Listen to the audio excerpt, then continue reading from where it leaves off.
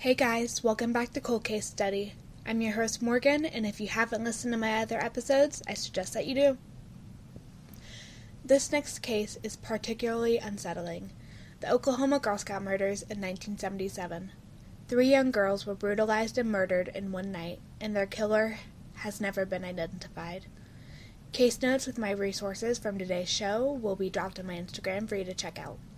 But without further ado, grab your sleuth book and a cup of coffee, and let's solve this cold case together. Warning: the following audio contains content that may be distressing to some listeners, as there are mentions of rape, child molestation, sodomy, and murder. Listener discretion is advised.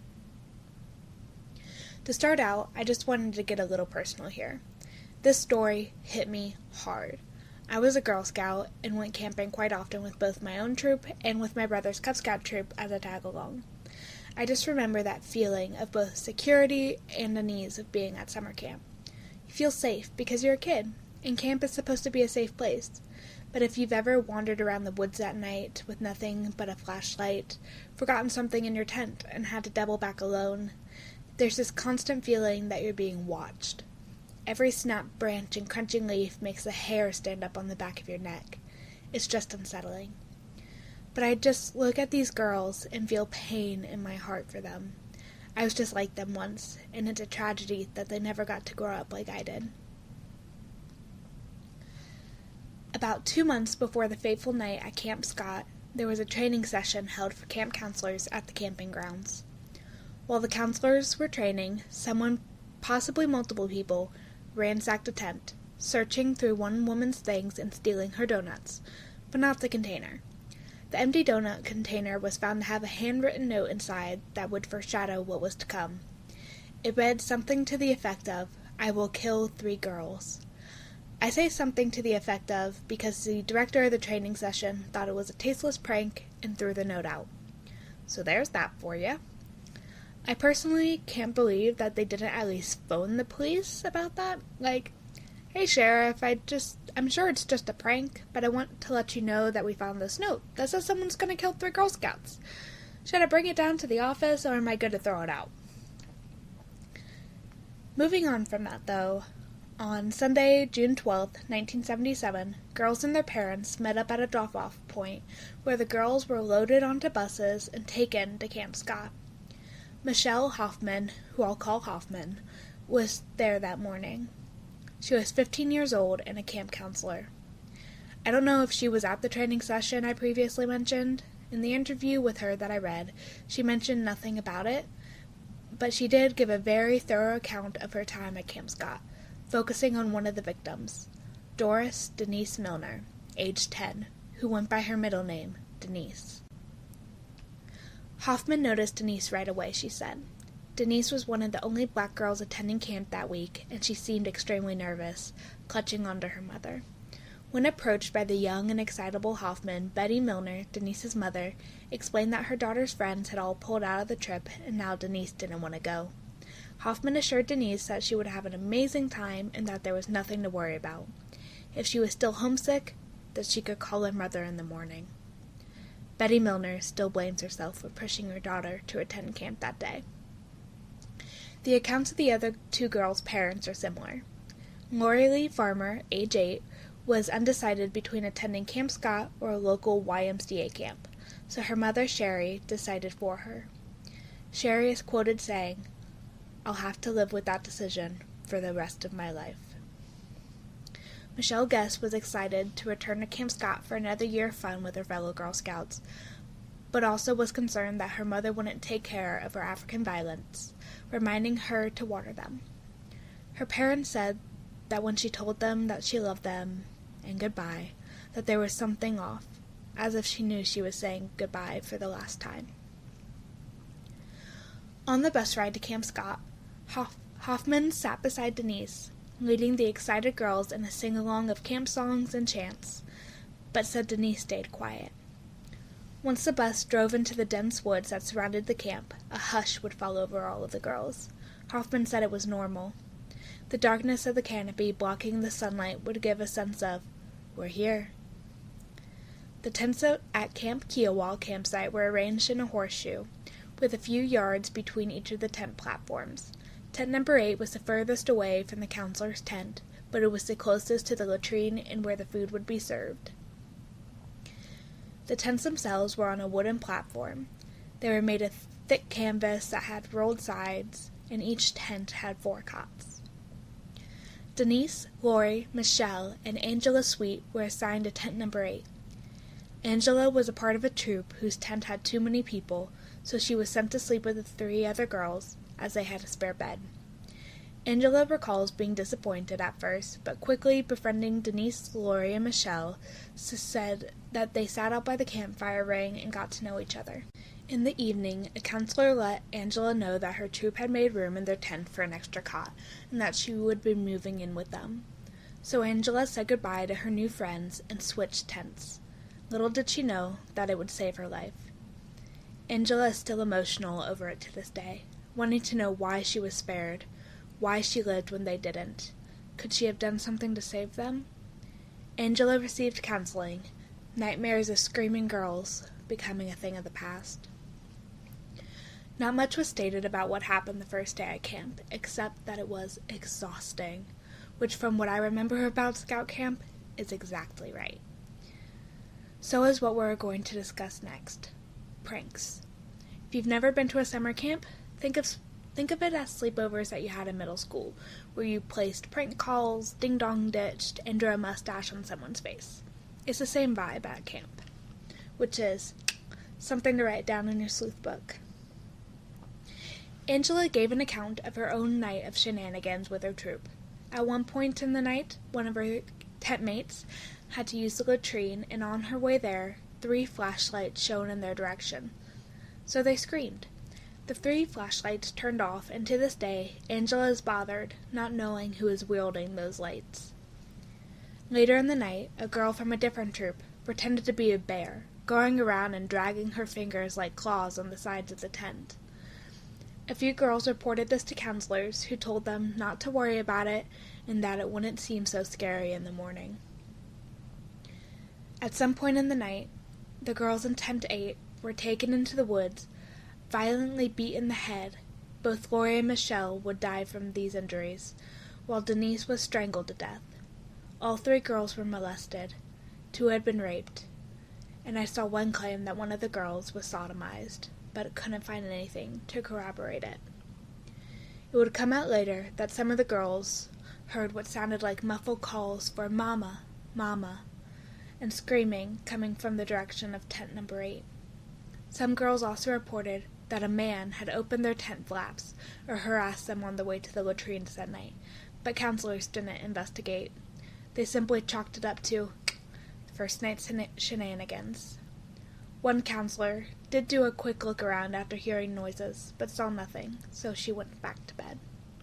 At 6 a.m., Counselor Carla Wahilty, I believe that she was 16 at the time, walked up the trail to the showers and saw Denise Milner, laying naked on top of her sleeping bag in the woods. Thinking that there had been some kind of accident, murder not popping into her mind, she ran for help. After coming back with senior staff, that's when they saw the 2 other girls, who hadn't been seen at first since they were zipped up in their sleeping bags.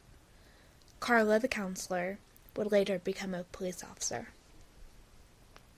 By 7:30 a.m., police were on scene. By 10 a.m., Angela and the other girls were told that the water had been contaminated and that they were being sent home. Parents had been told that 3 girls were dead, that an accident had occurred. The Farmers, Milners, and Guesses would find out that their daughters had been murdered from a television report. Details are vague when it comes to the case. I guess it's because of how young all the victims were, the sensitive nature of the case, and the fact that the crime was committed in the late 70s. The floor of tent number 8 was airlifted to a crime lab, as it was covered in blood that someone had tried to clean up with the bedding in the tent, as well as a bloody shoe print from a tennis shoe, both inside and outside of the tent. A detail that was promptly published in the media despite police discouragement from doing so. These shoe prints are super important down the road, so write it down in your sleuth book.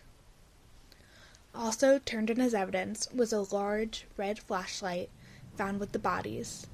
There was a fingerprint on the lens that was never identified, as well as a piece of cord and duct tape. This was significant because two of the bodies were bound, one with thin cord and the other with duct tape. Fingerprints were also claimed to have been found on the body. Write it down, and we'll get back to that later. A rancher by the name of Jack Shroff reported that he had been a recent victim of theft, and so that's where the investigation really kicked off. It was falsely reported that Shroff was a suspect in the case, prompting him to take a lie detector test, which he passed, as he was receiving death threats from the public. On June 16th, the Pennsylvania Wonder Dogs, a group of very cute professional trackers, arrived. I'm not sure what they gave the dogs as their base scent, but the dogs determined that the killer, or killers, we'll get back to that conundrum later, so you know what to do, that they had walked past the counselor's tent on the way to tent number 8. The dogs led investigators to the pond on Shroff's property, but nothing was found when the pond was drug. It was said that a Cherokee medicine man cursed the dogs, sentencing them to death. On June 18th, one of the dogs would die of heat stroke. Also on June 18th, Sheriff Pete Weaver announced that they had found the murder weapon.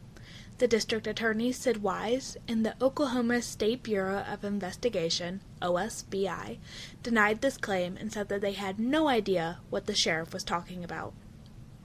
United Press International, UPI, reported that the murder weapon was a crowbar and that there were several good prints found on it. On June 19th, the DA said that there were no suspects.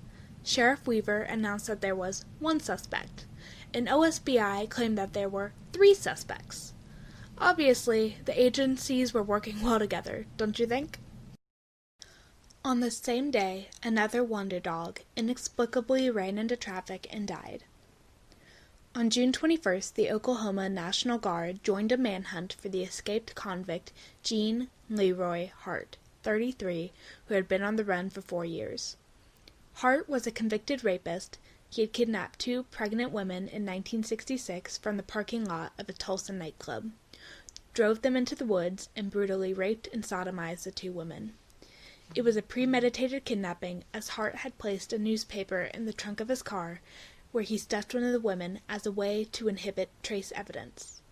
Once caught, Hart pled guilty to kidnapping and rape.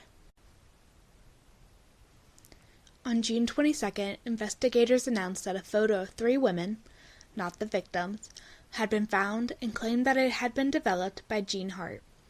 Again, there was a discrepancy on reporting, so I have no idea where the photo was found. The DA, Sid Wise, also called for a media blackout, claiming that the reporters were creating a false narrative of a power struggle in the investigation. On June 30th, Hart's mother, Ella Mae Buckskin, told the press that Sheriff Weaver had been harassing her regularly and that Weaver planted the photo as evidence against her son due to mounting pressure to arrest someone.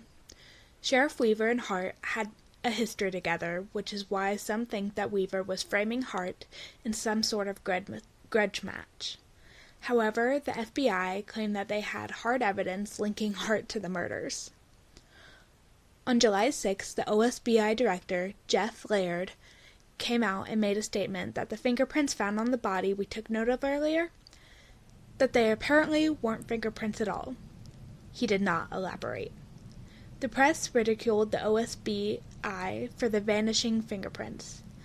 Laird ended his statement for the day with, quote, "I would say with certainty that Hart is guilty, because I would not say with certainty that any person who has not yet been tried were guilty.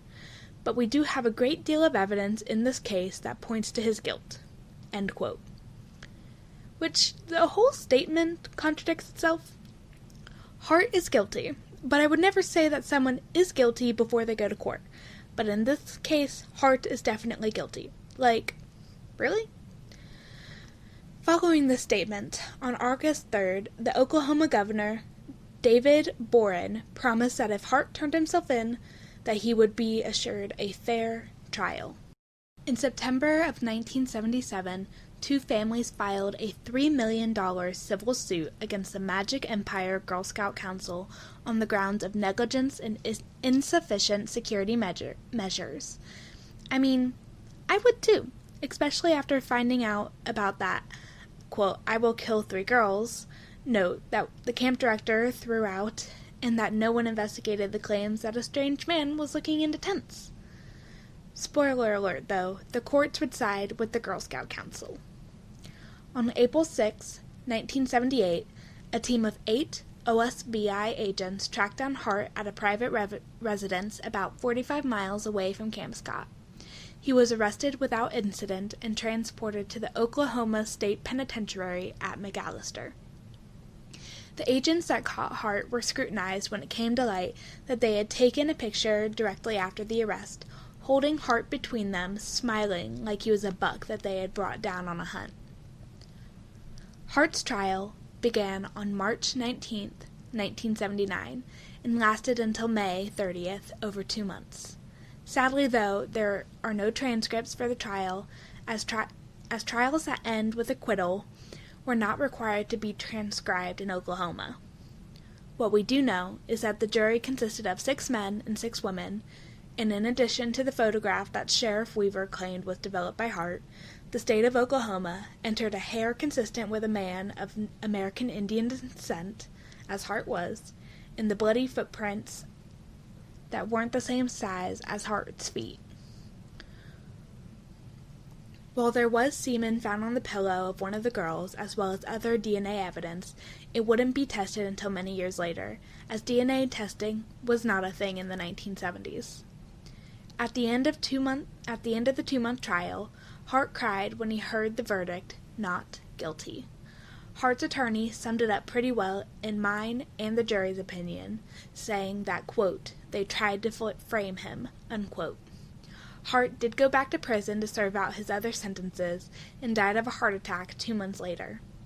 A juror would later say that it took the 12 of them a grand total of 5 minutes to decide that Hart was innocent, citing that there was too much left unexplained and that there was a lack of hard evidence.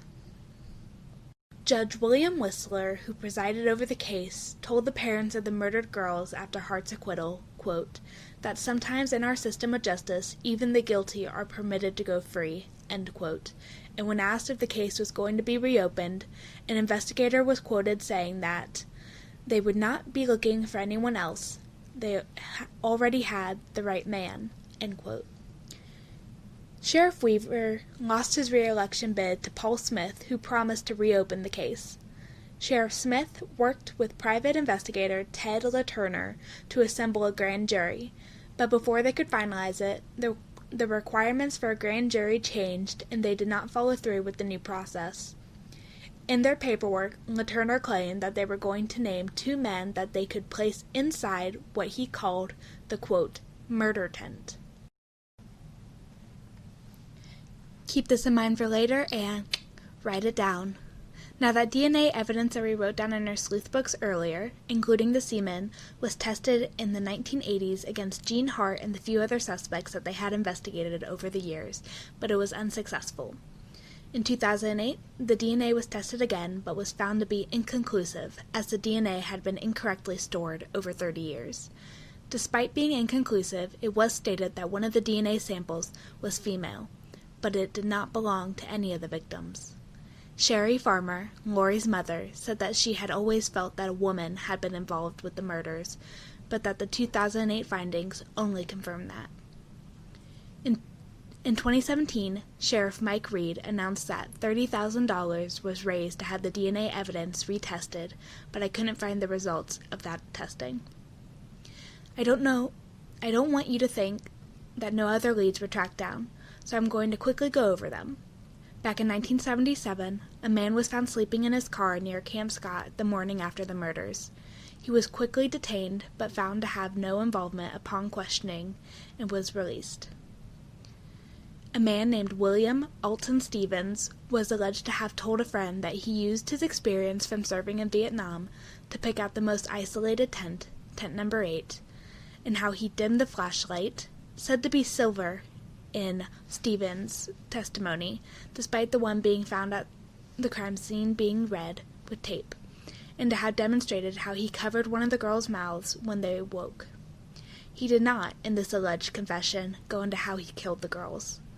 When asked about his involvement in the Camp Scott murders, he claimed that he was unfamiliar with Camp Scott and that he had never confessed to the killings.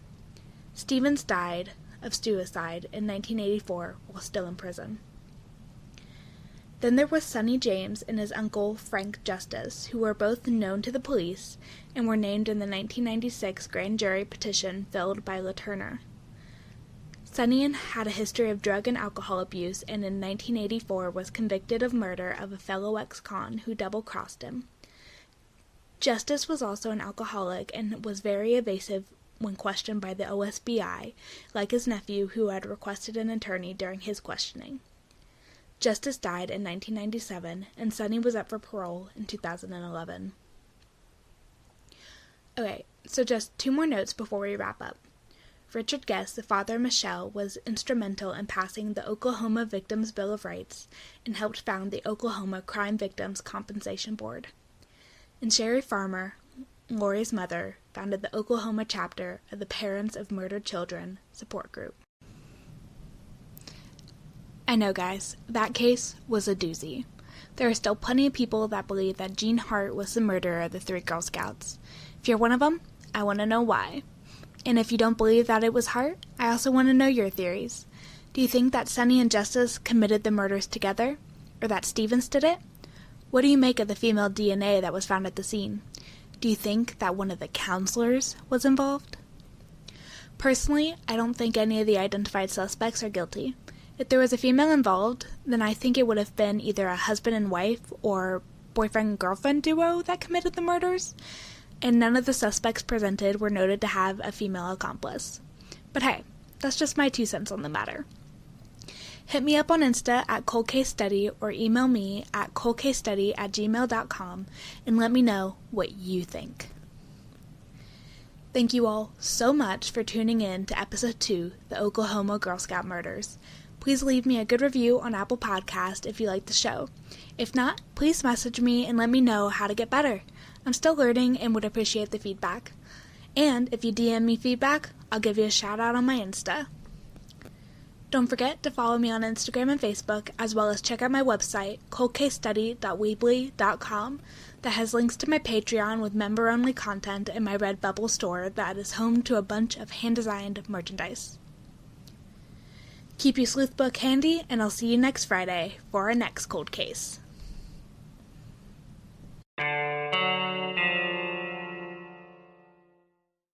Big shout-outs to Jenna for reading this week's script, to Katie, my girl, for giving me lots of support, and for taking me to the